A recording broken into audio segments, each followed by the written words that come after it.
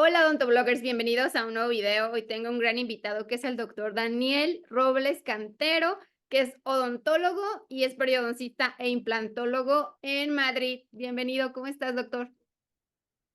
Muy bien, muchas gracias. Muchas gracias por la invitación y muchas gracias. Y encantado de estar aquí. No, gracias por aceptar. Lo pueden encontrar en Instagram como robles-drc. Platícanos un poquito de ti, doctor, para los que no te conocen. Pues mira, yo estudié odontología aquí en Madrid. Yo soy de Madrid y estudié aquí odontología hace ya casi 20 años. Y bueno, he trabajado siempre muy vinculado a la cirugía y vinculado a la implantología.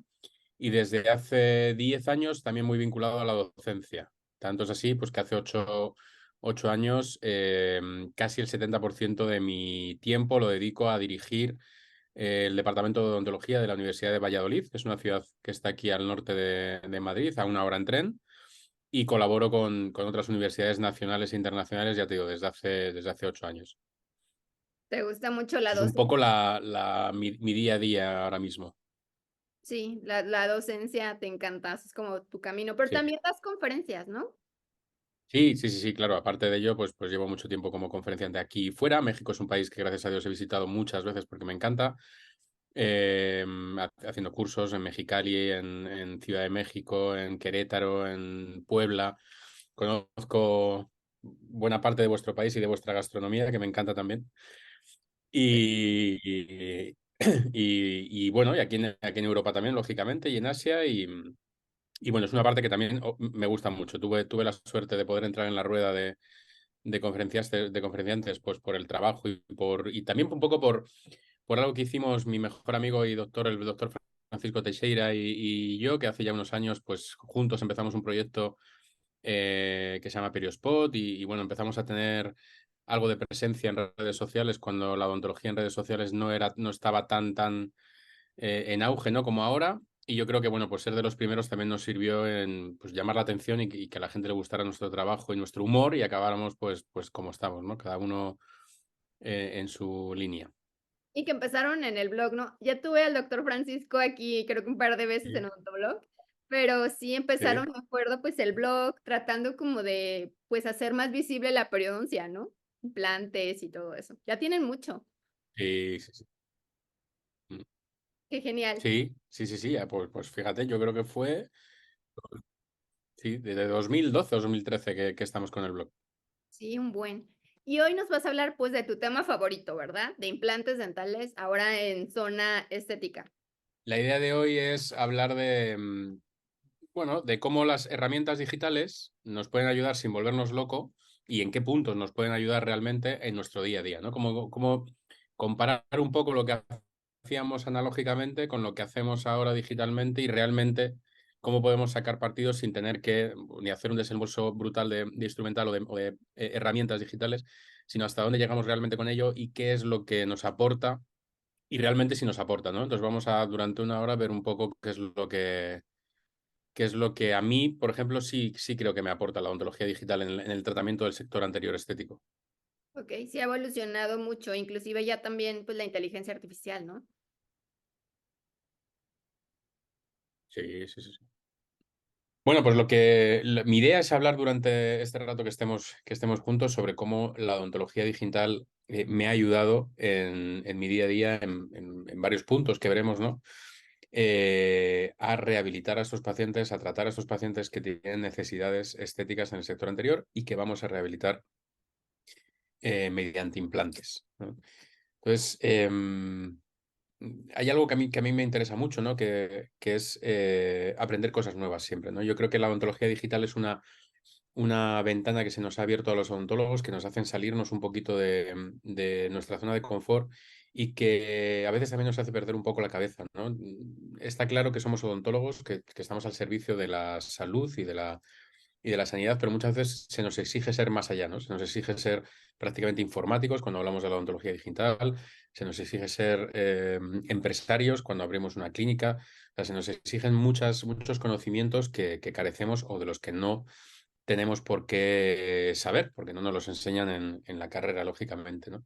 Entonces, yo hace mucho tiempo, cuando di una de mis primeras charlas, yo la tuve que dar en Barcelona y coincidí en el tren con Víctor Coopers, que Víctor Coopers es muchos lo conocerán, ¿no? Pero es un coaching español que, bueno, después de una mala experiencia vital, pues se dedica un poco a hablar para empresas en las que considera que las personas que trabajan en esas empresas no son un currículum vitae y ya está, ¿no? Sino que hay que intentar sacar lo mejor de cada persona. Y hablando un poco de la odontología, Víctor me decía que la fórmula que él utiliza para definir a las personas es una fórmula que podemos aplicar de una manera muy directa al dentista, ¿no? Víctor dice que cada una de las personas somos la suma del conocimiento, es decir, de todo lo que sabemos y aprendemos durante nuestra vida, que nosotros en odontología es prácticamente eterna, ¿no? Es hasta que nos jubilamos, que estamos todo el día aprendiendo cosas nuevas, yendo a cursos, a congresos, etcétera, etcétera. Somos una profesión, gracias a Dios, muy activa y que se actualiza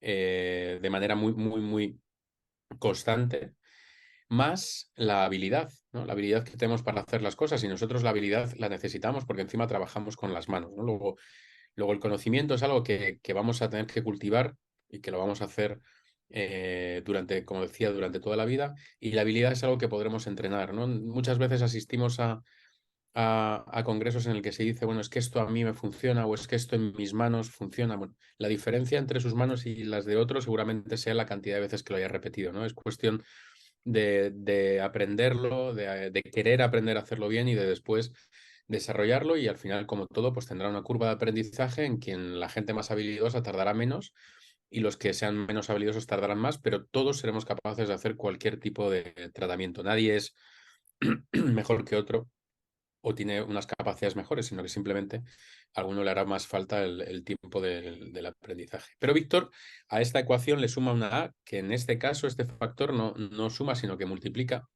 Y esa es la actitud que le ponemos a las cosas, ¿no? Cómo nos enfrentamos a las cosas. Y yo en temas digitales reconozco que esa actitud al principio fue un poco expectante, ¿no? De qué es lo que va a pasar, qué es lo que, o sea, ¿por qué tengo yo que hacer ahora un desembolso en la clínica? ¿Por qué tengo que aprender yo ahora a hacer un diseño digital que me parecía casi imposible? ¿Cómo tengo que diseñar los dientes cuando eso lo hacía en laboratorio? ¿Cómo voy a planificar con un planificador 3D cuando antes lo hacía directamente con una radiografía?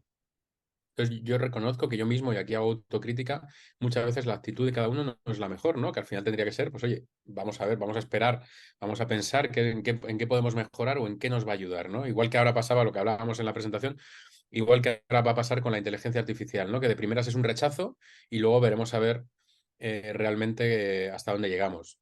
Con el tema de la inteligencia artificial y yo que vivo en Europa y que veo que lo están intentando acotar de muchas maneras desde el punto de vista legal, yo me imagino si a Edison cuando inventó la bombilla o a cualquiera de la gente que ha dado un salto tecnológico en su momento le quisieran acotar, ¿no? Como que casi me recuerda más bien a la caza de brujas que se hacía cuando la Edad Media, ¿no? En el que cualquiera que pensara diferente o hacía cosas distintas automáticamente a la hoguera.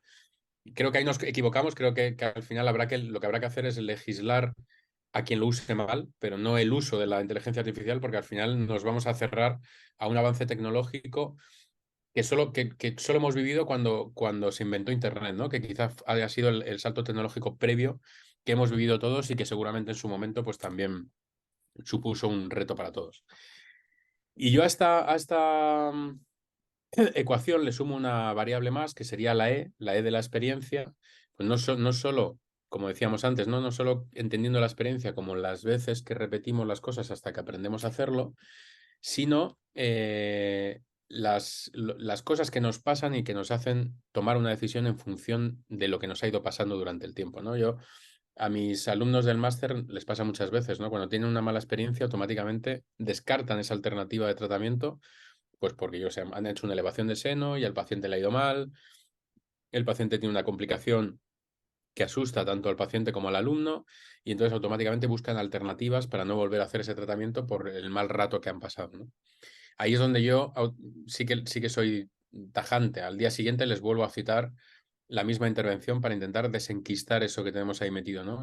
Yo creo que todos nos acordamos de algo que nos ha ido pasando desde acabar la carrera. Yo me acuerdo que fue con una endodoncia, bueno, pues oye, hice una endodoncia a un paciente, esa endodoncia no la pude terminar, creó un absceso, ese absceso inflamó mucho al paciente y yo que empatizo mucho con los pacientes, pues lo pasé muy mal. Vi que mi tratamiento le estaba haciendo pasar un mal rato cuando mi idea era quitarle el dolor y quitarle cualquier eh, cualquier patología al paciente, ¿no? Entonces, lo importante es intentar eso, borrar esas malas experiencias para que podamos seguir adelante. Y con la odontología digital igual, porque al final es muy fácil dentro de la odontología digital que en algún punto nos estanquemos, no sepamos avanzar, ¿no? Como decía, no somos informáticos, no tenemos una serie de conocimientos de diseño y de desarrollo, pero no por eso somos o tenemos que limitar ese tema digital, ¿no? Habrá que buscar ayuda, habrá que buscar laboratorios que sí lo estén, gente con la que trabajemos que nos ayuden a implementar este tipo de alternativas y de herramientas que nos van a ayudar muchísimo y por lo tanto tenemos que intentar ser más flexibles, ¿no? En este sentido. Hablábamos ahora hace nada de lo de la inteligencia artificial. Hasta hace no mucho, claro, los saltos tecnológicos que veíamos pasaban con mucho tiempo. O sea, fijaos, desde que se inventa la primera impresora hasta que llega la impresora 3D, pues prácticamente pasan 80 años, pero sin embargo al principio, desde que se presenta el primer teléfono en 1876 hasta el iPhone, pues casi son 2 siglos, ¿no? A medida que se ha ido acercando o que ha ido avanzando la tecnología, esos saltos tecnológicos cada vez son menores y lo que hoy estamos viviendo como odontología digital seguramente en apenas 5 años sea prácticamente el pasado de la odontología digital.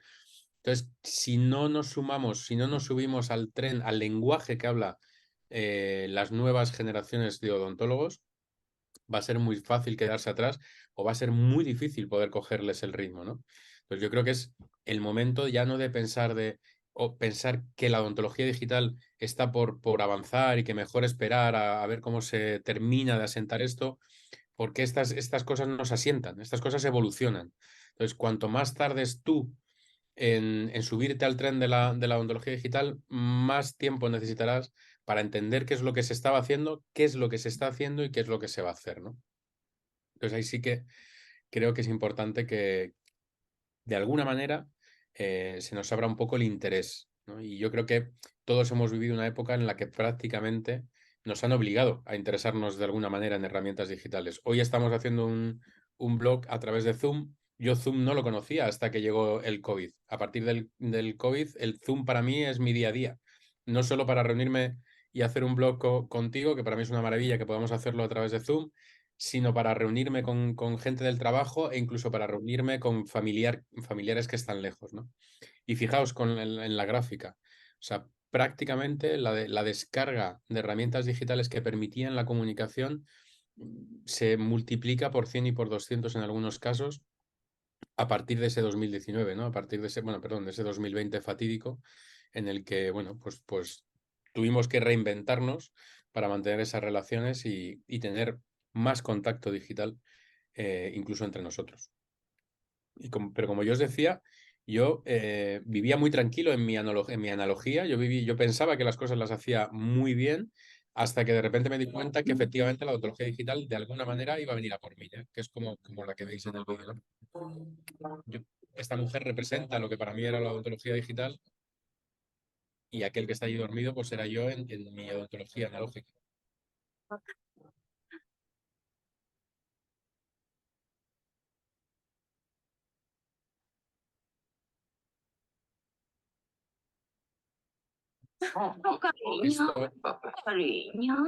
Esto, este golpe lo hemos sentido todos alguna vez con la odontología digital, ¿no? Algo que te despierta y dices, ya está, ya tiene que ser ya, ¿no? Y nosotros los odontólogos trabajamos mucho, muy parecido a los pingüinos, ¿no? No sé si conocéis o conocen el dilema de los pingüinos, pero los pingüinos cuando se levantan por la mañana van todos hacia la punta del iceberg, se quedan todos tranquilamente mirando hasta que uno de los pingüinos empuja a otro y el pingüino cae. Entonces, cuando ese pingüino cae y se lo come una orca, pues automáticamente ese día ya saben que no tienen que lanzarse al agua, que no van a desayunar, se dan la vuelta y se van todos y lo hacen así, ¿no? Cuando de repente ven que al que han tirado come un par de peces y puede subir por el otro lado y no le ha pasado nada, pues todos se tiran y desayunan. Nosotros en odontología somos muy así, ¿no? Yo no me voy a comprar el escáner, voy a esperar que se lo compre mi compañero y cuando me cuente que el escáner funciona muy bien, entonces yo me tiro al agua y me compro el escáner. Y me compro ese o otro mejor para que no parezca que yo soy igual que mi compañero, ¿no? Pero funcionamos muchas veces muy parecido a ellos, ¿no? Con todo, ¿no? Vemos un poco qué es lo que hace el hermano, ¿no? Qué es lo que hace el de al lado antes de tomar nosotros nuestras propias decisiones. Y como os decía al principio, ¿no? Yo con Francisco Teixeira, con mi mejor amigo fuera y dentro de la odontología, hacemos muchas cosas y muchas veces cuando pensamos en hacia dónde ir en nuestro blog o en qué hacer, lanzamos encuestas, ¿no? Y me acuerdo que en 2016 lanzamos una en Twitter para ver qué es lo que pensaban los odontólogos sobre la implantología, sobre la odontología digital.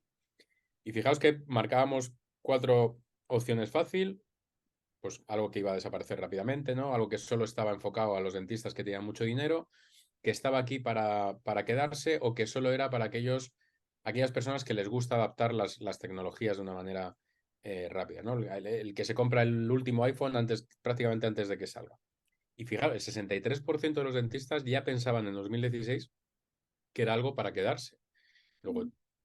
el odontólogo entendía que realmente esto iba a ser una nueva manera de lenguaje, esto no iba a ser una moda, no iba a ser para nada una moda. Pero sin embargo, en 2023, casi 7 años después, nos encontramos los dos una publicidad que nos llega al mail en el que nos habla de la odontología digital, la odontología 2.0 que llama esta casa comercial, en el que nos dice que, sin embargo, el 95% de los implantólogos se aferran a técnicas a mano alzada y solo un 5% ya abraza la cirugía guiada, ¿no? Luego, Es que es sobre cierto, todo han de pensar, si me funciona, son las técnicas que ya conozco, que hago a diario, ¿para qué cambiarme? Y para qué empezar a aprender una tecnología, como tú dices, doctor, una curva de aprendizaje que me va a llevar tiempo, mejor lo sigo haciendo como lo hago, analógico. eso es.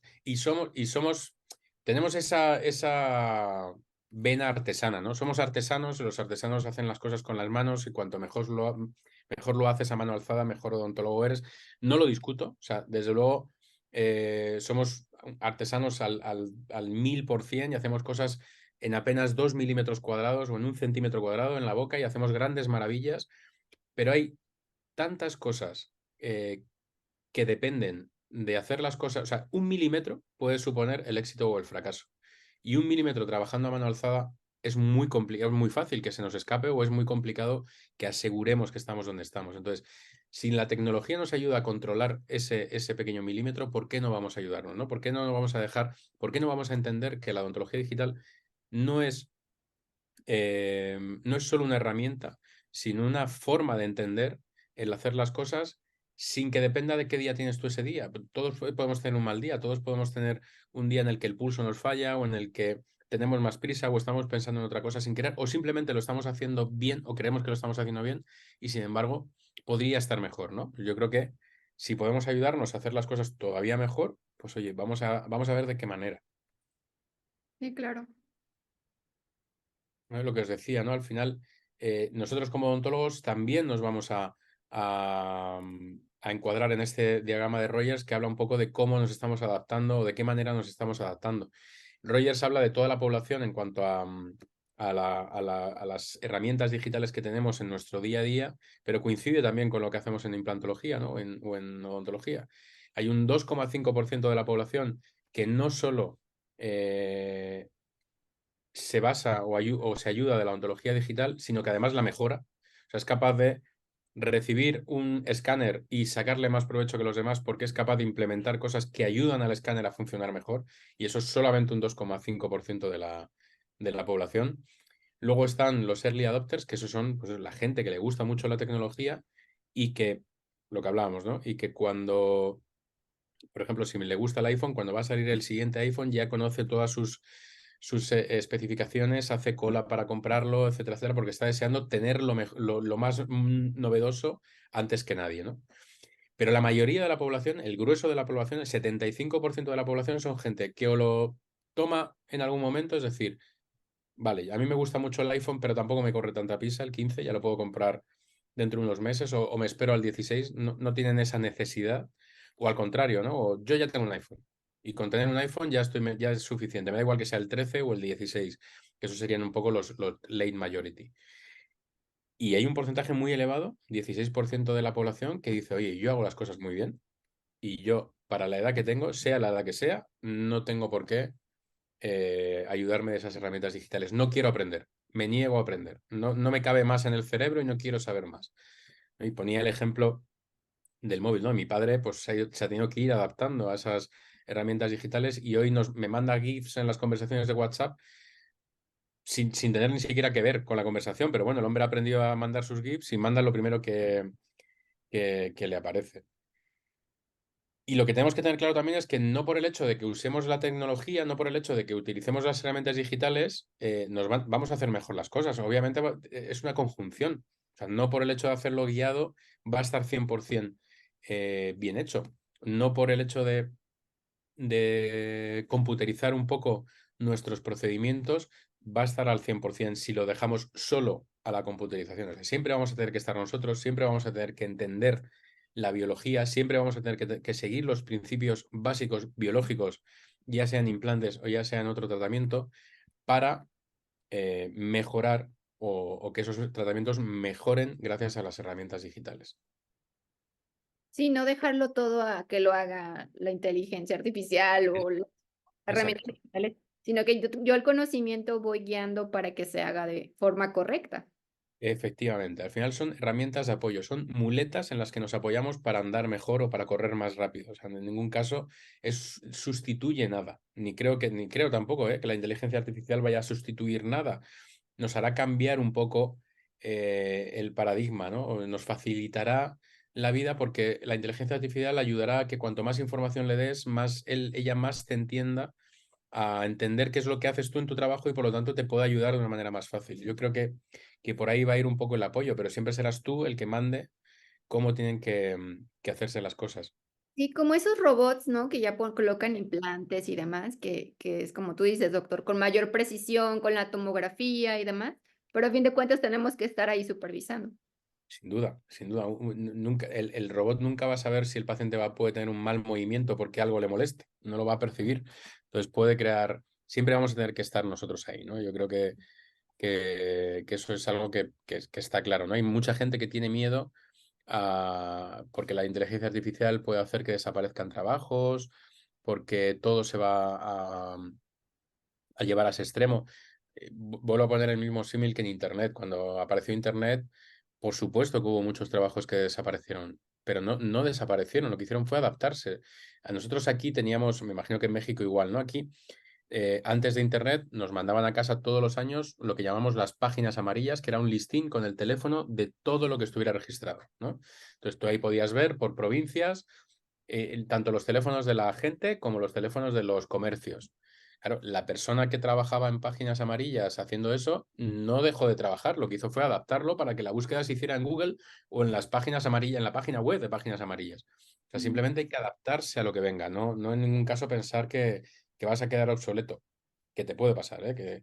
Que si no te adaptas, hace unos años, a día de hoy, seguro que mucho de la gente que nos esté oyendo, si es joven, no se acuerde de BlackBerry, por ejemplo, o no se acuerde de Motorola o de Nokia, y eran empresas que se supone estaban a la vanguardia de la telefonía digital y a día de hoy han desaparecido por no adaptarse como debieron a lo que les venía, ¿no? A cómo les venía el mercado.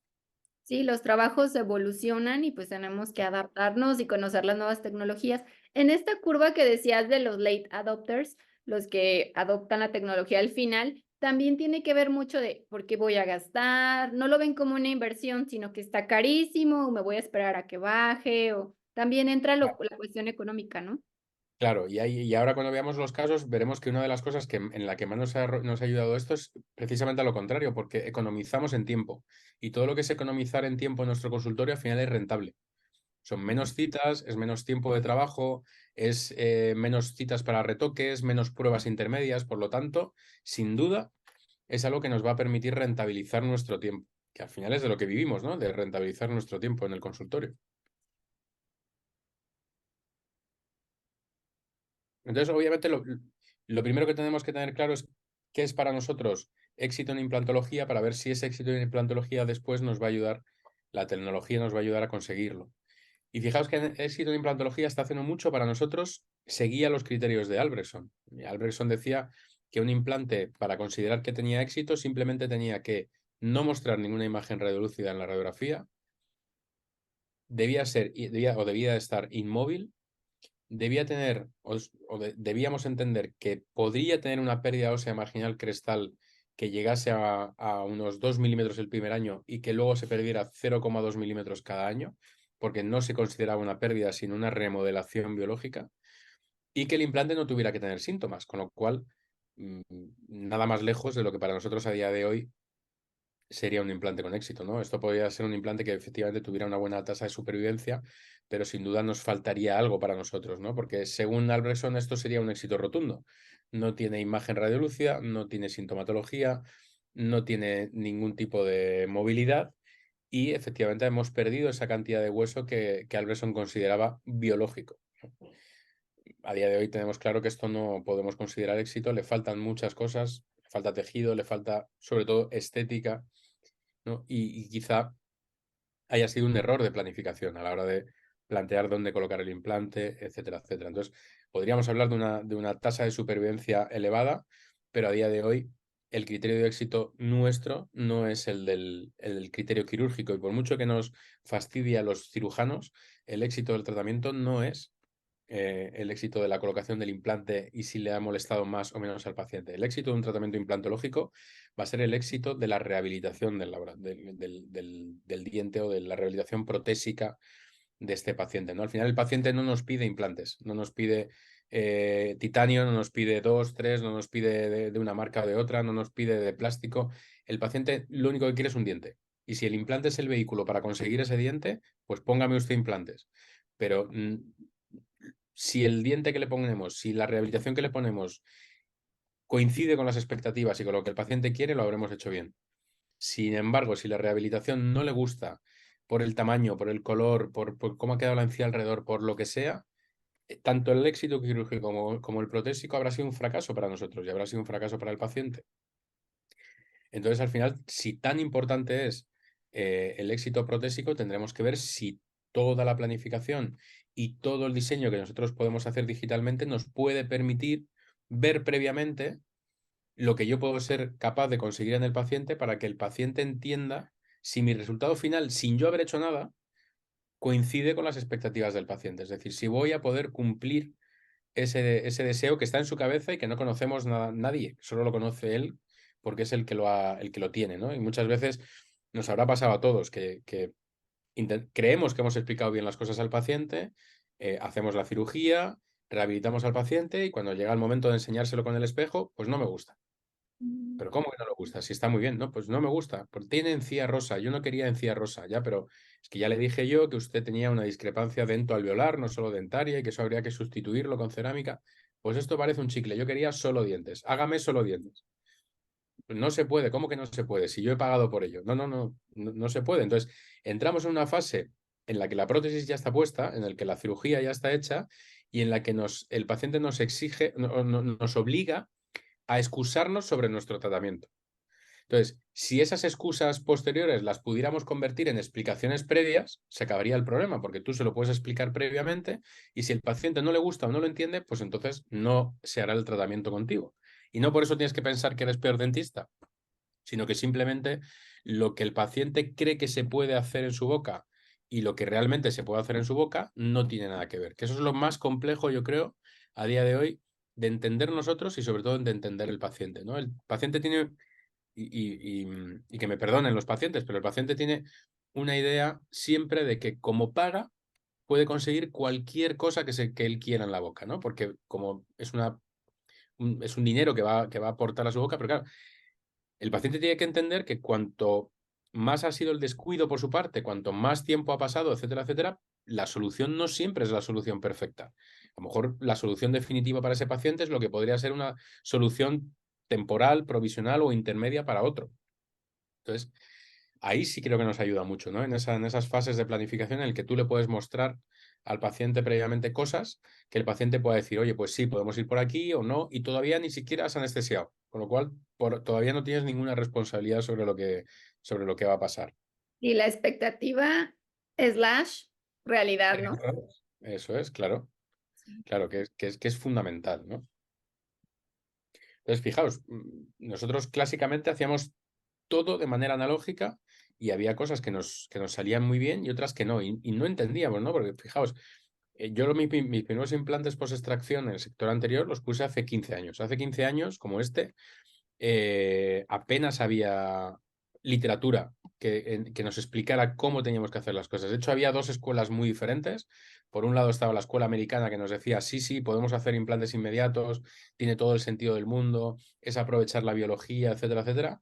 Y por otro lado, la suiza, que nosotros como europeos pues la vivíamos más, en la que nos decía que imposible, ¿no? Esto es, hay que quitar el diente, esperar a que cicatrice, poner el implante después, y si hay que regenerar, se regenera, pero eso es más predecible que el implante inmediato.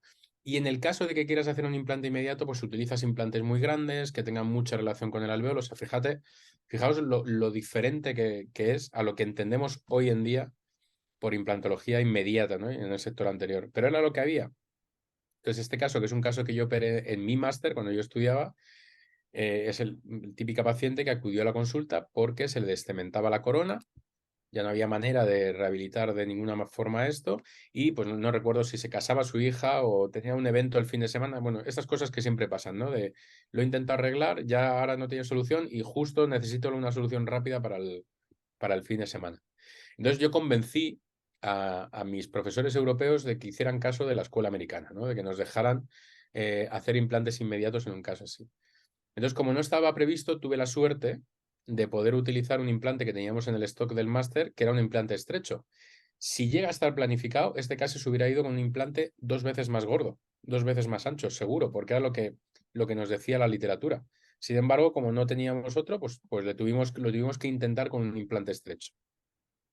Implante de conexión externa, que era lo que había en ese momento, no había otro tipo de conexiones. Y lo único que hicimos es intentar con un diente con los que provisionalizábamos los dientes antiguamente, hacer un provisional y con los conocimientos que teníamos del composite, entender que había que pulirlo porque obviamente el composite que no esté pulido se lleva mal con la encía y la irrita. O sea, no teníamos más principios. Y fijaos a los 4 meses cuando quitamos el provisional, ¿no?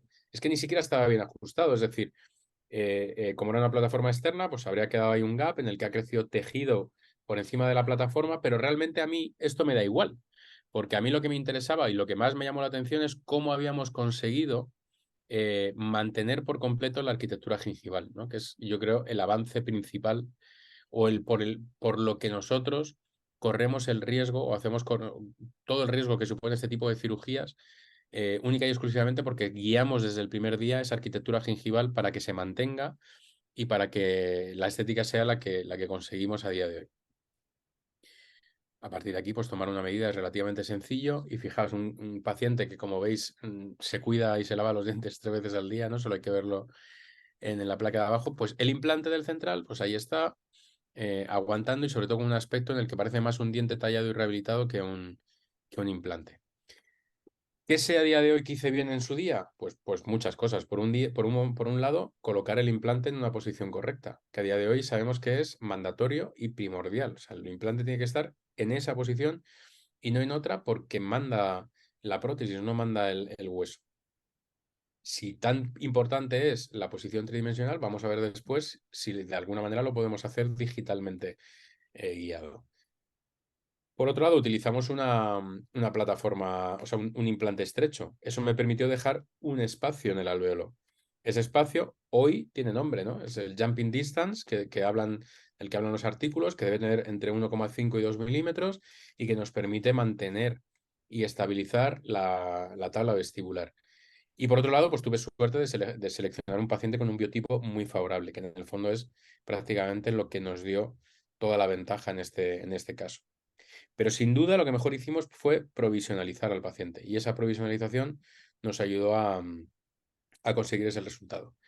Por lo tanto, y teniendo en cuenta que hay muchas cosas que yo voy a tener que valorar en el momento de decidir si voy a hacer un tratamiento con implantes en el sector anterior en un paciente, pues vamos a ver si todas ellas, la colocación tridimensional, la estabilidad primaria que necesito para poder cargar el implante, el manejo del tejido duro y el blando, la propia prótesis provisional y la transferencia de datos con el laboratorio, si de alguna manera hemos mejorado o hemos conseguido un avance gracias a las herramientas digitales. Entonces vamos a ir viendo con casos que va a ser lo más fácil para enseñar, ¿no? Qué es lo que hacíamos, qué es lo que hacemos y en qué hemos ido mejorando o en qué hemos ido pues sí, sobre todo mejorando, ¿no? Consiguiendo cosas mucho más precisas, que al final yo creo que es la definición de lo que hemos llegado a conseguir gracias a la odontología digital. Entonces, para mí la principal diferencia ha sido la planificación, ¿no? Nosotros, aunque incluso trabajáramos con planificadores 3D en el ordenador, es decir, hasta en el último momento en el que ya teníamos la posibilidad de ver nuestro CBCT en la pantalla, aún así seguíamos planificando en cortes de 2 dimensiones lo que iba a tener 3 dimensiones, ¿no? Es verdad que ya habíamos pasado de ver la radiografía a contraluz a hacerlo en el ordenador, pero seguíamos igual, seguíamos valorando un corte, que era un corte plano, en el que sí podíamos ver el corte anterior y el corte posterior, no de una manera diferente a lo que veríamos en el acetato, y sobre ello planificábamos. A día de hoy no.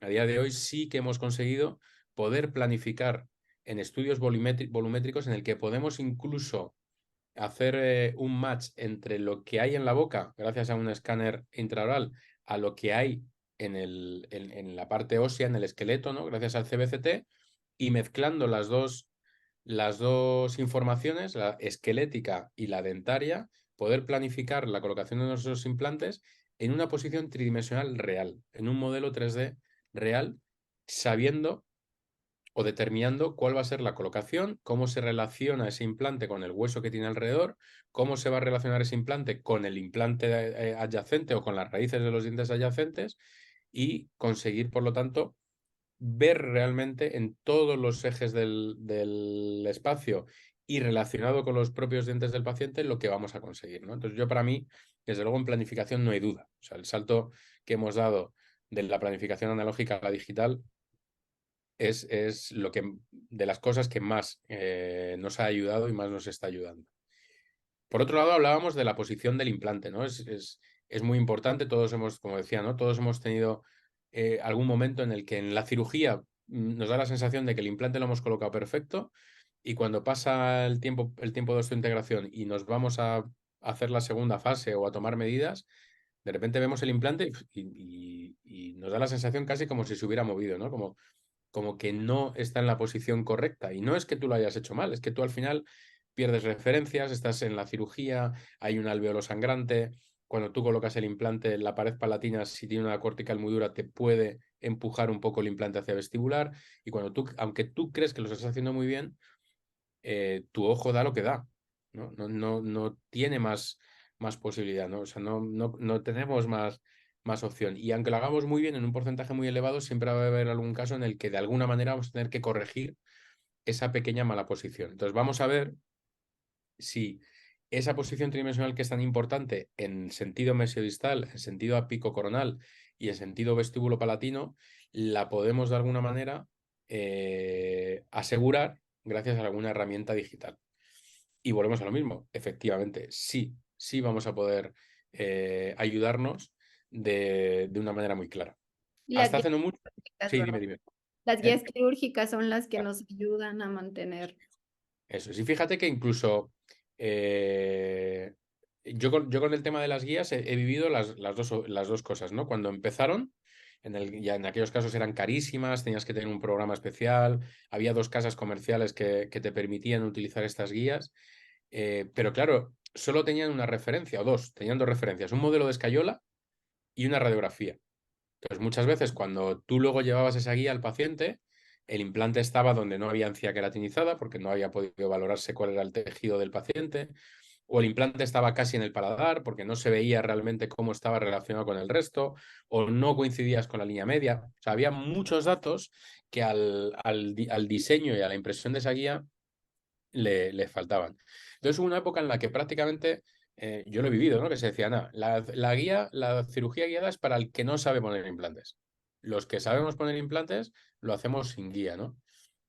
Fíjate que yo a día de hoy te diría que es lo contrario. O sea, la guiada es para los que sabemos poner implantes, y aparte de saber poner un implante, queremos ponerlo donde ahí y no en otro sitio, solamente ahí. Y los que lo hacen analógico, pues bueno, siempre nos queda la opción de hacerlo lo mejor posible sin asegurarnos que va a estar perfecto. Entonces, entre una y otra, hubo una época en la que nosotros nos hacíamos nuestras guías, hacíamos lo que nosotros llamábamos implantología pilotada, en el que al menos tú te guiabas de alguna manera para que la emergencia del implante te la aseguraras por palatino. te aseguraras ya que saliese. Entonces podías utilizar guías que llamábamos protésicas, que nos permitía, pues eso, pasar esa primera fresa de lanza, como veis ahí, y después ya la retirábamos, terminábamos el fresado a mano alzada o utilizábamos estas guías que de la misma manera te permitía colocar una o dos fresas guiadas para después colocar el implante de manera analógica, ¿no? A día de hoy hemos cambiado radicalmente. Ya podemos hacer una guía en la que nos aseguremos que efectivamente vamos a colocar el implante en la posición que queríamos. Tanto es así que empezamos a preparar casos en los que incluso en implantes unitarios preparamos ya no un provisional, sino una prótesis definitiva que colocamos al paciente el mismo día de la cirugía porque podemos asegurar hasta la posición del hexágono, ¿no? Fíjate que sería imposible hacer un match entre una prótesis definitiva y un implante porque a nada que haya una pequeña discrepancia, media micra de vuelta, ya el hexágono no encajaría y por lo tanto la prótesis no se adaptaría. A día de hoy no, a día de hoy podemos ser tan precisos como para poder colocar el implante y la prótesis en el mismo momento sabiendo que el implante va a quedar exactamente donde lo hemos planificado. Y obviamente hay mucha literatura que nos va a hablar de la precisión que tiene este tipo de guías y de lo importante que es el diseño de la guía y el material que utilizamos, por ejemplo, ¿no? Porque como os decía, hasta hace no mucho, las guías eran pues en función de la casa comercial, lógicamente, como tuvieran diseñada esa cirugía guiada.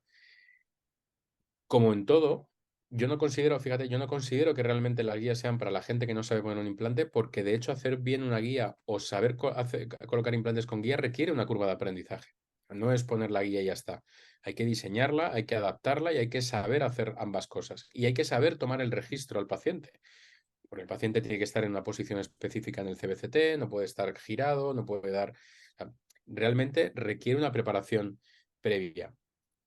Pero es que además, las guías hasta hace no mucho, hay muchas casas quirúrgicas, muchas casas comerciales que preparan esas guías quirúrgicas con muchos elementos intermediarios. Y me explico, ¿no? Colocamos la guía y sobre la guía va una anilla. Esa anilla entra en una perforación que tiene la guía y esa anilla en principio tiene muy poquito margen de tolerancia con respecto a la guía, pero algo tiene que tener para que esa fricción encaje, ¿no? Si esa pequeña fricción es un poquito mayor de lo normal, pues pueden ser micras que apenas sean apreciables. Pero luego sobre esa anilla entraba lo que llamamos una cucharilla. Y esa cucharilla tiene que adaptar en la anilla, que también puede tener unas pequeñas micras de discrepancia. Y después sobre esa anilla entraba la fresa. Entonces, claro, si cada holgura que era pequeña la sumamos, al final la suma de varias micras puede dar medio milímetro y medio milímetro puede ser fatal en la planificación, como os decía, ¿no? Porque puede variar muchas cosas. Por lo tanto, estas guías también tienen que tener, al menos nosotros tenemos que saber cuál sería el diseño ideal, cuál sería la caja quirúrgica o la cirugía guiada ideal, hasta el punto de que incluso ya no las hacemos, ya no sin cucharillas, sino que directamente ya no las hacemos ni con anillas, ¿no? Vamos directos a una perforación en la guía para que haya una relación en el que solo exista la relación entre el agujero de la guía y la fresa del sistema. No hay ningún elemento más entre medias. Para evitar ese margen de error. Claro, para evitar esa suma de pequeñas discrepancias. Y aparte de eso, claro, sujetar todo esto en la cirugía y cuando vas a colocar un implante posterior era muy difícil porque ponías la guía, marcabas la anilla, metías la cucharilla y luego tenías que meter una fresa así de grande que no entraba. Entonces, ahora ya nos permite utilizarla de la misma manera que lo haríamos a mano alzada. Entonces, tengo claro que la colocación del implante, esa colocación tridimensional puede ser perfecta en cuanto a nuestra planificación gracias a las guías. Otro de los puntos importantes que teníamos que valorar era la estabilidad primaria, ¿no? Si hemos sido capaces de estabilizar el implante en apenas 3 milímetros arriba para conseguir suficiente estabilidad como para cargar el implante, que es nuestro objetivo principal para ese mantenimiento de la arquitectura gingival. Para esto voy a tener en cuenta muchas cosas. Por un lado, la densidad del hueso que estoy trabajando. Por otro lado, el diseño de los implantes, ¿no? Hay implantes que están diseñados precisamente para esto, parecido al que veis en la diapositiva, ¿no? Un diseño muy agresivo en el ápice, que es donde va a tener toda esa estabilidad y que esa agresividad se va prácticamente disolviendo hacia la zona coronal, que es donde va a estar en contacto con el alveolo, con el coágulo. Yo esa estabilidad primaria, independientemente de los factores de lo que dependa, yo puedo valorarla de varias maneras, ¿no? La literatura me dice que puedo utilizar el torque de inserción como método de medición, ¿no? Yo creo que todos estamos de acuerdo en que si un implante entra a 50 newtons, está entrando más fuerte que a 20, no hay duda. Pero yo ahí lanzo una pregunta, ¿no? Y es, ¿dónde se están produciendo esos 50 newtons? No tenemos claro en qué punto. Nosotros pensamos que es en el ápice, pero imaginaos que es una resistencia que está teniendo la pared palatina del implante a la hora de entrar. Para que yo os lo explique mejor, imaginaos un implante, vamos a salirnos de la implantología inmediata, imaginaos un 36, que abrimos un pequeño colgajo, fresamos en el hueso que ya está cicatrizado, coloco un implante, va entrando a 40-50 newtons y como lo tengo cortical, ¿no? Cuando ya estoy enterrándolo, esos 40 newtons se convierten en 10 e incluso a veces perdemos el implante, ¿no? Porque caen a un hueso esponjoso. Entonces, ¿dónde estaban los 40 newtons? Los 40 newtons no estaban en todo el implante, estaban solo en la zona cortical de la cresta. Luego es un valor que sí es un valor objetivo, pero que no es definido, no tiene una definición clara de dónde está ocurriendo ese torque. Aún así es un valor que lo podemos tener en cuenta. Por otro lado estaría la radiografía, que me lo dice la literatura, pero que yo no sé, todavía soy incapaz de entender cómo puedo saber si un implante está estable o no en función de lo que vea en la radiografía. Y luego habría dos opciones que para mí las dos son casi mejores que las anteriores, ¿no?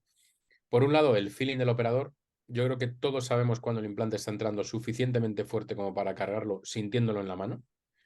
Es igual que cuando sabemos que una muela va a salir fácil o no. O sea, al final la experiencia nos hace percibir esas cosas y la literatura lo avala. Y por otro lado, el ISQ. El ISQ es un valor, es el Implant Stability Quotient, que es un valor que nos da un análisis de radiofrecuencia que hace un aparato que transmite ese análisis de radiofrecuencia a la superficie del implante y te da un valor en función de la cantidad de implante que está estable en el hueso. ¿Vale? Es muy sencillo, ya veréis. Se puede medir con elementos que midan el ISQ, como el Ostel o como el Penguin, por ejemplo. Y este es un experimento que yo hice para que veáis la diferencia, ¿no? Yo creo que sobre un vaso de en resina autopolimerizable, entonces cuando colocamos el implante y la resina no se ha polimerizado del todo, el valor que da es un valor bajo porque no está estable.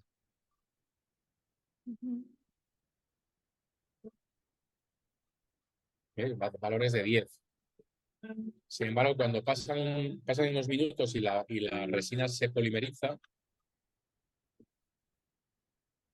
fijaos los valores que da ahora, ¿no? Valores de 73. Luego, efectivamente, cuando el implante está estable, los valores de ISQ son más altos y sobre todo la literatura me dice que yo puedo cargar en los implantes siempre que tengan valores superiores a 56, 58 o 60 aproximadamente. Y es un valor real, es un valor objetivo que yo puedo utilizar incluso en aspectos legales, ¿no? Cuando alguien, un juez te dice, pero ¿cómo hiciste eso si la carga inmediata tiene un riesgo? Bueno, pues lo hice porque tenía un valor el día de la colocación del implante de 64 ISQ y eso me dice la literatura que lo puedo hacer. Entonces ahí ya el juez o el abogado tiene que callarse, ¿no? Sí, y al momento de poder revisarlo con ese aparato, pues ya Claro. puede entrar el paciente de carga inmediata. Exacto, exacto. Con respecto al manejo del tejido duro y del tejido blando, es algo que efectivamente a día de hoy todavía, bueno, pues el tema digital nos puede ayudar a planificarlo, pero es algo que obviamente tanto la extracción del injerto como la colocación del seno injerto es algo que hacemos de manera analógica. Sí podemos prever un poco en la planificación cuánto es el grosor o cuál es la cantidad que voy a necesitar, pero no es algo que yo vaya a desarrollar de alguna manera desde el punto de vista perdón, desde el punto de vista digital. Sin embargo, también, como os decía, también va a requerir una curva de aprendizaje importante. Tenemos, gracias a Dios, a mí me alegra mucho que a día de hoy todas las personas que se dedican a la implantología o que se forman en implantología tienen una formación bastante interesante en cirugía mucogingival, en mejora y adaptación de los tejidos perimplantarios, ¿no? Yo creo que al final, estoy harto de decirlo, cuando hay gente que consigue maravillas en regeneración ósea, si luego al final no le añades tu cinturón de tejido blando, todo lo que has hecho acabará por perderse, ¿no? Entonces, hay que aprender también a manejar esos tejidos, hay que entender que es el cinturón de seguridad de nuestros implantes, o sea, va a ser lo que nos va a prevenir de muchas enfermedades posteriores y que puede no pasar, pero que no sea porque no haya sido por haber nosotros hecho todo lo posible para asegurar de alguna manera ese implante, ¿no? Entonces yo decía esto porque, claro, a día de hoy se aprende mucho, pero en la época en la que yo estudié, la cirugía mucogingival es que no se daba, no entraba dentro de la guía docente de mi máster, ni siquiera había sitios donde aprenderlo. O sea, si conseguías que tu implante cayera rodeado de encía queratinizada, oye, pues genial, pero si no, pues mala suerte, no podías hacer mucho, ¿no? Sin embargo, igual que fui pesado para conseguir que me dejaran hacer un implante inmediato, pues también en el máster conseguí que me dejaran hacer eh, un injerto de tuberosidad. Y me acuerdo una vez, uno de mis primeros injertos fue operando mano a mano con Francisco, ¿no? Con Teixeira, y lo grabamos y nos pasó algo muy gracioso que os dejamos aquí en el vídeo para que veáis.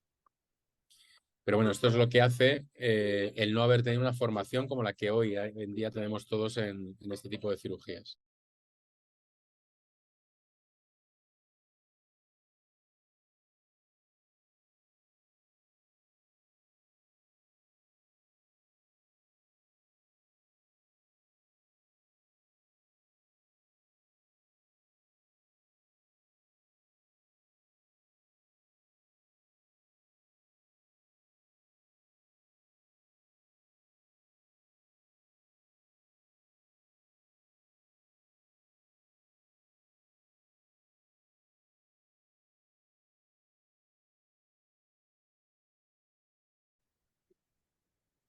No, God, please, no, no, no, no. Se fue por el eyector. No fue por el eyector, efectivamente.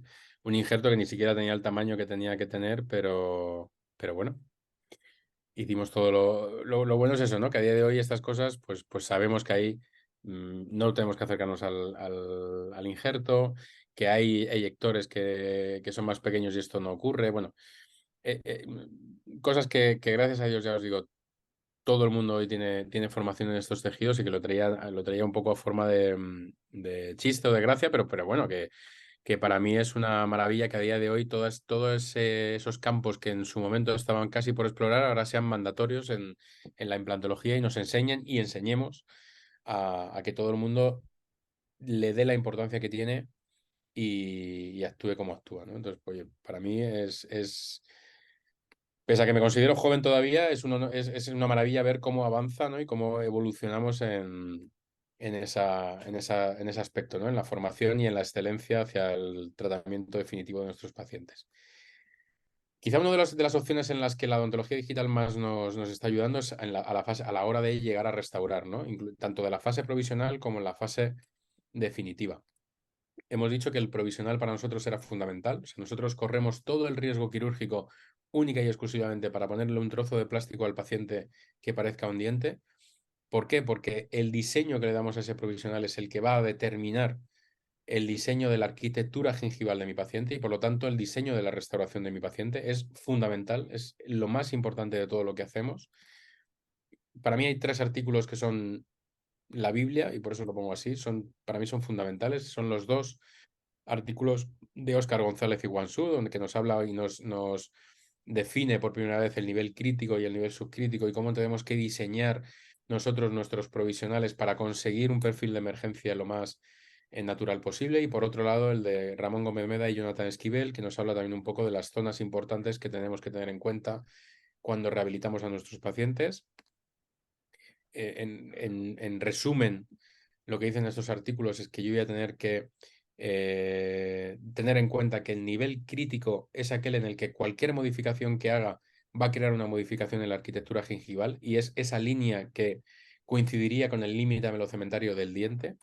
Y el nivel subcrítico es todo lo que va desde el nivel crítico hasta la plataforma del implante y que en el diseño que nosotros tenemos que tener en cuenta va a tener que ser en el nivel crítico exactamente igual que el diente natural, excepto en vestibular donde lo vamos a hacer 0,5 o 1 milímetro más corto. Claro, es que hablamos de cantidades en el que de manera analógica es muy difícil hacerlo bien, ¿no? 0,5 milímetros es imposible diseñarlo a mano alzada.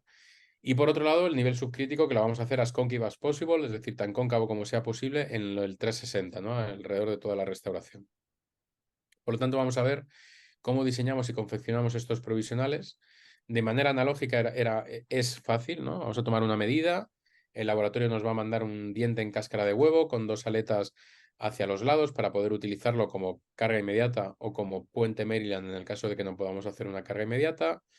Entonces colocábamos nuestro implante una vez hecha la extracción y gracias a este provisional, cuando terminábamos de colocar nuestro implante, rellenar nuestro gap y colocar nuestro pilar provisional, nuestra varilla de titanio provisional, pues conseguíamos rebasar toda esa llave y fuera de boca ya dedicarnos a pulir, a dejar la superficie tan cóncava como sea posible y marcar muy bien el límite amelocementario del diente, que sería ese nivel crítico, ¿no? Pulimos y repulimos hasta que marcamos bien el diseño y lo colocamos en boca para que cicatrice o nos ayude a diseñar la cicatrización de la encía a partir de este provisional. Como en este caso, en el que de la misma manera vamos a extraer ese diente y con nuestro provisional analógico vamos a preparar ese provisional, vamos a trabajar los tejidos, colocamos el provisional y cuando pasan los 3 meses, pues los tejidos maduran y conseguimos ese resultado final que nos permite tener tejido suficiente para manejar y sobre todo nos ha permitido mantener esa arquitectura. Sobre estos provisionales yo voy a poder hacer las modificaciones necesarias para mejorar en la medida de lo posible el resultado final hasta que ya decido que voy a poder cambiar esta restauración por la restauración definitiva y terminar mi caso con una prótesis cerámica, ¿no? Por lo tanto, requería de mucha parte artesanal, lógicamente, y sobre todo es que en mi práctica, por ejemplo, colocar el implante podía llevarnos media hora, 45 minutos, y luego diseñar el provisional y pulirlo bien, otra hora y media más de gabinete hasta que ya conseguíamos el resultado final lo más parecido a lo que queríamos, ¿no? Luego prácticamente estábamos toda la mañana con el paciente al que le hacíamos un incisivo central. A día de hoy lo que podemos hacer son maravillas, ¿no? Con el tema digital, porque yo con el CBCT del paciente, es decir, con el escáner del paciente, con la radiografía del paciente, puedo crear un modelo 3D en Exocad y puedo segmentar solamente los dientes que voy a extraer. Es decir, voy eliminando todo hasta que dejo limpio los 2 dientes que voy a extraer.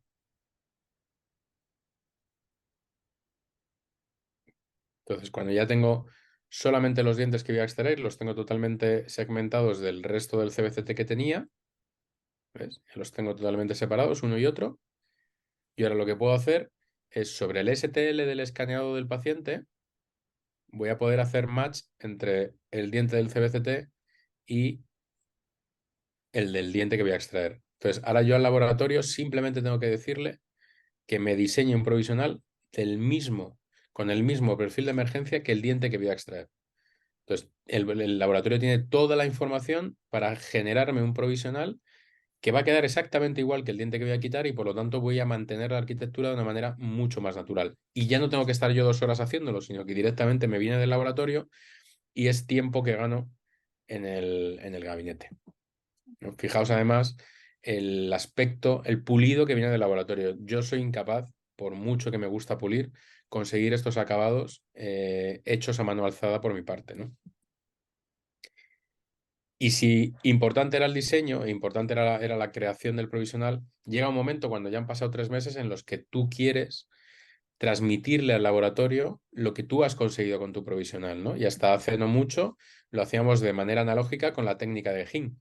Es decir, nosotros colocábamos el implante, colocábamos el provisional, a los 3 meses retirábamos ese provisional, claro, y ahora yo, después de estar con una imagen como la que veis a la izquierda y haber conseguido la que tengo a la derecha, yo ahora lo que quiero al laboratorio es que me copie de la manera más perfecta posible lo que mi provisional ha sido capaz de hacer.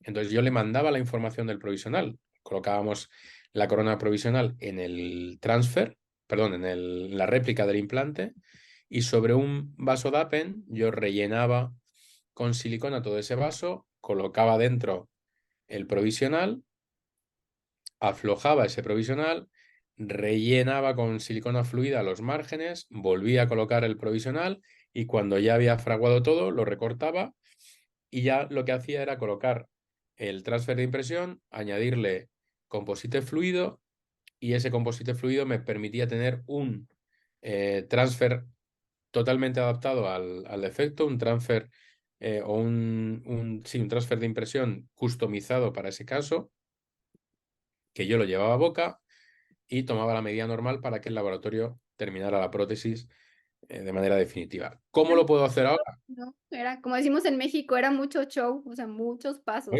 Imagínate, ¿no? Ahora es muy fácil. Ahora yo quito el provisional del paciente, cojo el escáner y escaneo el provisional. Tardo 1 minuto, 30 segundos. Y el laboratorio ya tiene una réplica exacta de mi provisional escaneado, solamente tiene que replicarlo en la prótesis definitiva. Luego, y fijaos que hasta ahora lo único que yo he incorporado a mi día a día es un escáner. El resto es un programa informático que es Exocad y Exoplan para diseñar y planificar. Y luego las guías quirúrgicas las hace un laboratorio, no las hago yo, con lo tal. Por lo tanto, mi inversión hasta ahora es un ordenador y un escáner. Y ahí no debes de escanear, doctor, la encía ni nada para mandárselo al No, porque laboratorio. aquí es el provisional nada más. Entonces, tú tienes por un lado el escaneado del paciente y por otro lado escaneas el provisional. Así no hay manera de que la encía colapse o de que tengas cualquier problema, sino que simplemente le mandas toda la información porque tú quieres que la corona definitiva sea una réplica de tu corona de provisional. Por lo tanto, para que ellos la hagan igual, simplemente tienes que escanearla. En cuanto a los registros integrales, que era lo que decías, ¿no? Escanear la encía, pues obviamente hay un cambio radical, ¿no? Entre tomar una medida con una cubeta y materiales de impresión o tomar un escáner. Fijaos que hay un artículo que dice que solo el 7% de las impresiones con silicona están perfectas. El 7%. El 13% están aceptables y el 80% deberían de volver a tomarse. O sea, es muy llamativo el dato del artículo. Sin embargo, con el escaneado, aparte de ser más rápido y más preciso, no hay que retomarlas, es decir, si hubiera que repetirlas, se escanea solo la zona que esté mal, pero tú lo estás viendo, o sea, no hay opción a que haya burbujas, por ejemplo, o que haya desgarros, arrastres.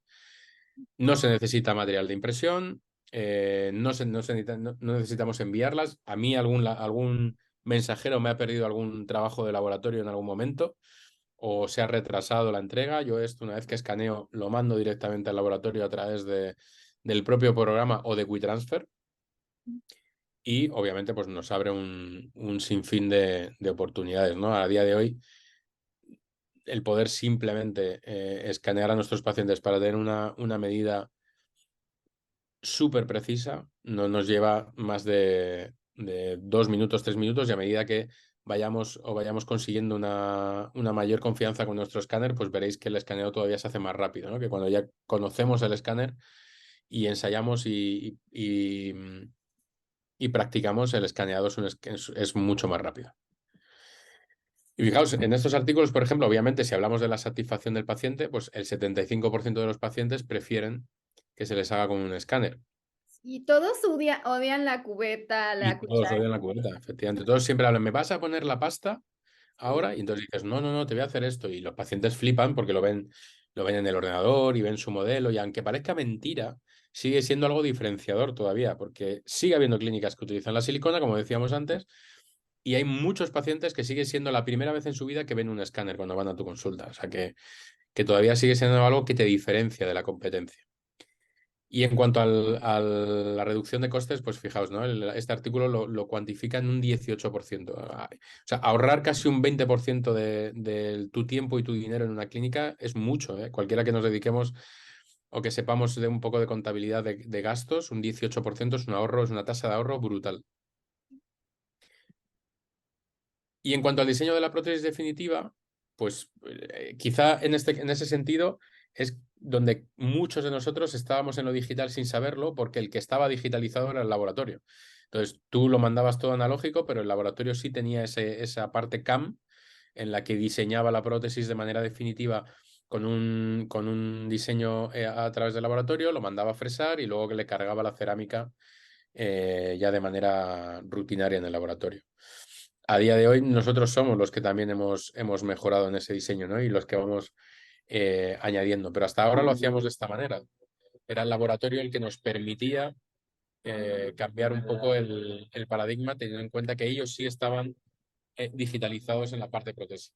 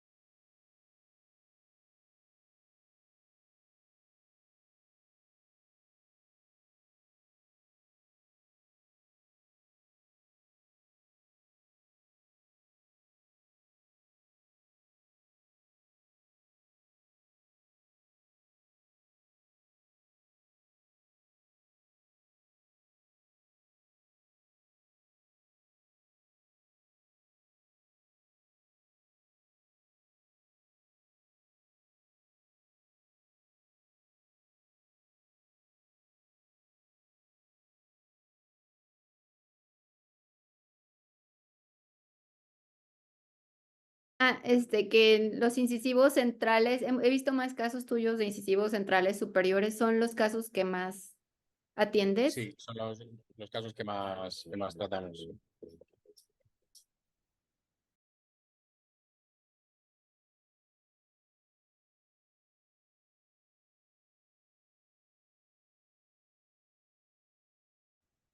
Aquí, hasta aquí lo hacíamos todo de manera analógica, incluso el provisional también lo hacíamos de manera analógica y era porque todavía sigue siendo en algunos casos donde el laboratorio sí pasa a utilizar herramientas digitales que a ellos les permite una fabricación mucho más exacta y precisa de las prótesis definitivas.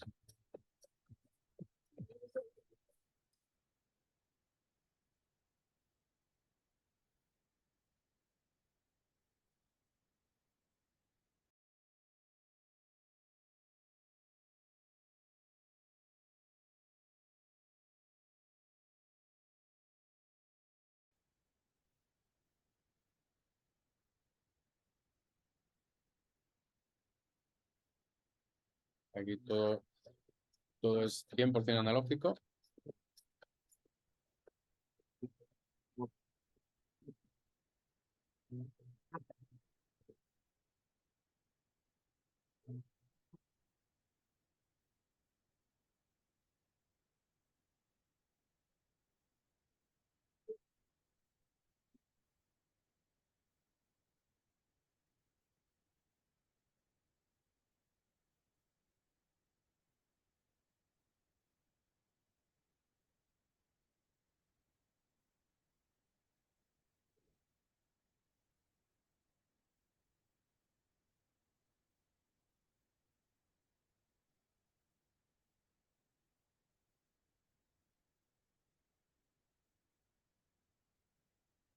Es el laboratorio el que digitaliza la parte protésica, la realización de prótesis definitivas de circonio con un diseño. Qué bonitos. Y entonces, así es como hemos trabajado durante mucho tiempo, ¿no? Donde al final nosotros hacíamos casi el 100% de nuestro trabajo de manera analógica y ya os digo, era el laboratorio el que nos ayudaba os ayudaba él mismo con ese diseño digital a hacer unas prótesis que estuvieran mejor adaptadas. A día de hoy, nosotros ya también incorporamos de alguna manera la parte digital en ese sentido. Si hablábamos antes, por ejemplo, de que era importante enviarle al laboratorio tu copia del provisional para que replicara la prótesis definitiva el mismo perfil, Nosotros ahora, haciendo lo mismo con la prótesis definitiva, yo puedo compararlo. Es decir, si yo había escaneado el provisional y luego escaneo la definitiva que me manda el laboratorio, si yo simplemente hago luego una superposición de márgenes, como estáis viendo, yo puedo ver si sí que me ha copiado o si hay alguna zona donde debería mejorar el diseño del laboratorio. Es decir, que yo ahora sí le puedo también de manera digital decirle, oye, lo has hecho muy bien, pero mira, no me has copiado exactamente, tienes que intentar mantener este perfil de la misma manera porque si no, la encía ahí va a apoyar de manera diferente y quiero que apoye igual o al contrario, ¿no? O hacer pequeñas modificaciones. ¿Usas el Por escáner ejemplo, intraoral Medit?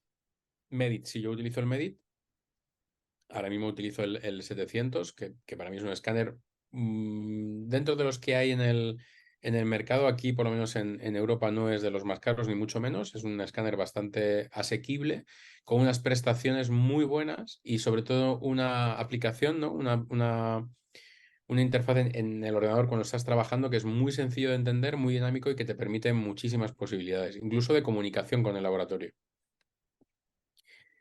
Entonces, hoy ha llegado el momento en el que todos estos casos los llevamos al máximo, ¿no? Del uso de la odontología digital y os presento, por ejemplo, un caso, ¿no? De cómo lo hacemos hoy.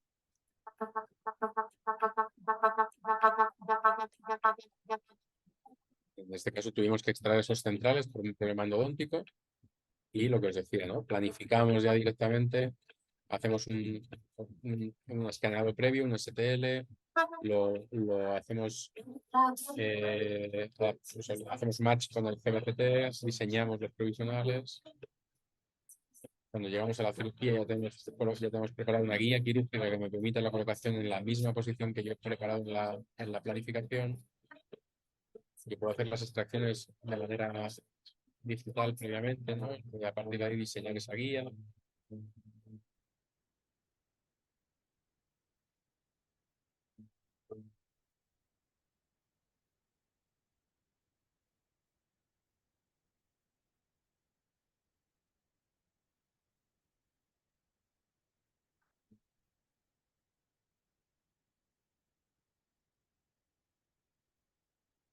Esa guía la imprimimos, recibimos la guía y con esta guía vamos a colocar esos implantes en nuestra posición tridimensional. Fijaos, a mí me gusta hacer esas ventanas que veis a los lados con dientes para asegurarnos de que está ajustada en su posición.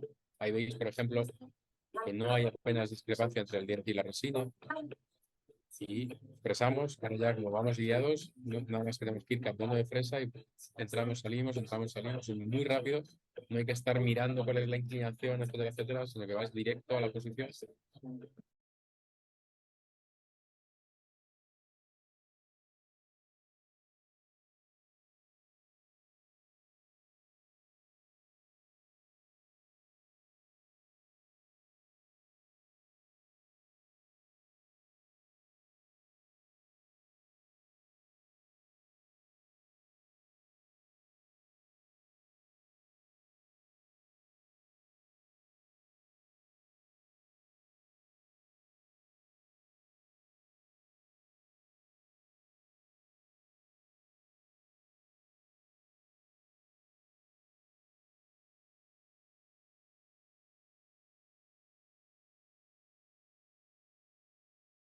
Profesionales que recibimos el mismo día de la cirugía diseñados previamente que encajen perfectamente.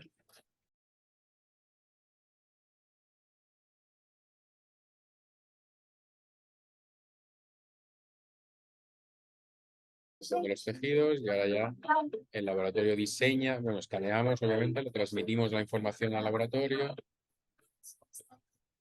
y el laboratorio también diseña en función de los provisionales que habían ellos hecho previamente esas prótesis definitivas que nos llegan y sin hacer pruebas intermedias directamente colocamos en la paciente y ahorramos pues obviamente también en número de citas, etcétera, etcétera, ¿no? Pasamos de estas situaciones en las que costaba mucho conseguir esa posición tridimensional. Fijaos, ¿no? Lo que os decía en el vídeo, mirad el ajuste en la fotografía entre el diente y la guía. O sea, ahí vemos que hay un encaje perfecto donde no hay discrepancia, con lo cual estamos en su sitio.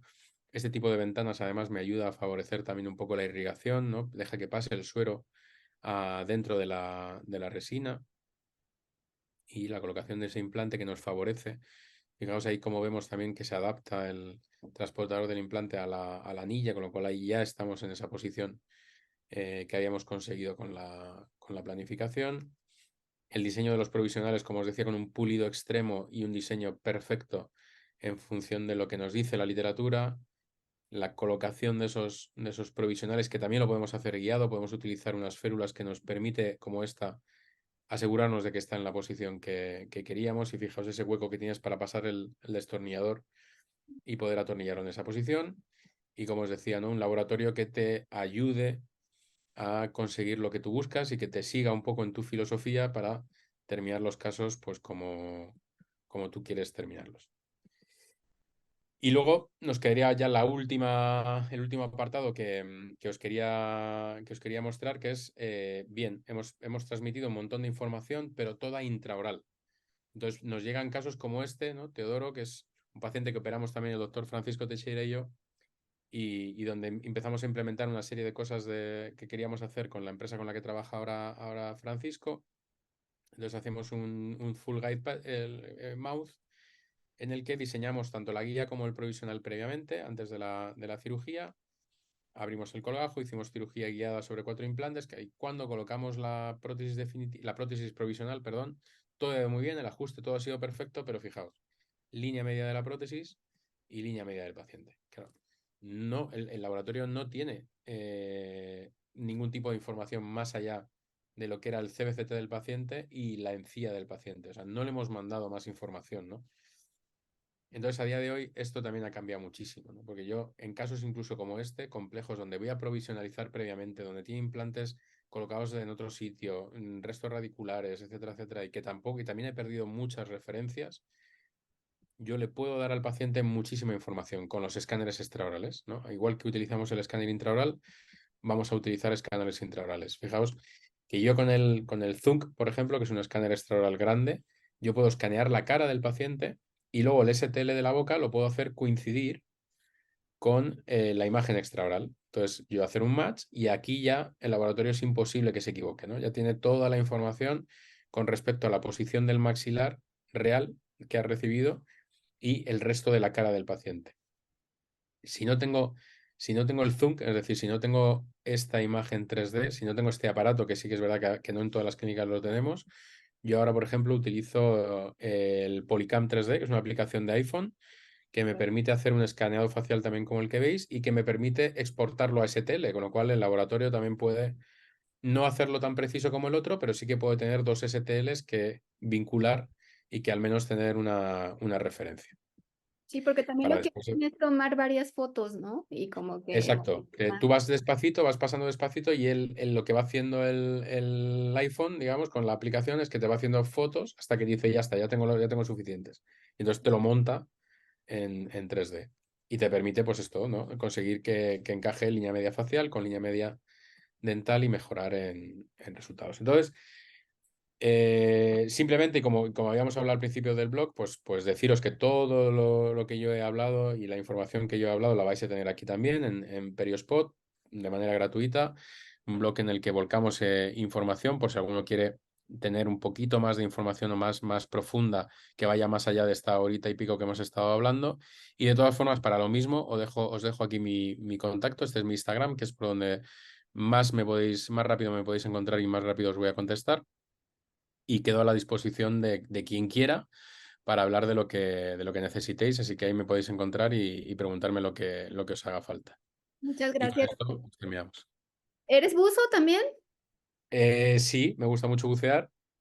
Me gusta mucho bucear y yo trabajo aquí en España. Hay una empresa de implantes que es esta que veis ahí, ¿no? Es acá de Klockner. Klockner es una empresa que hace cosas muy, muy chulas y una de las cosas que hace es que vincula la formación con el hobby del ponente. Entonces, mi experiencia, la que yo hago es que me los llevo a bucear a un sitio de España muy chulo. Entonces, damos un día de formación y al día siguiente buceamos y estamos todo el fin de semana juntos. Ay, qué padre. Sí, Qué sí, genial. está muy bien. Genial compaginar las dos. Sí, vi esa foto. Claro, Doctor es así me ven. luego es buzo y mil papá y mil cosas más.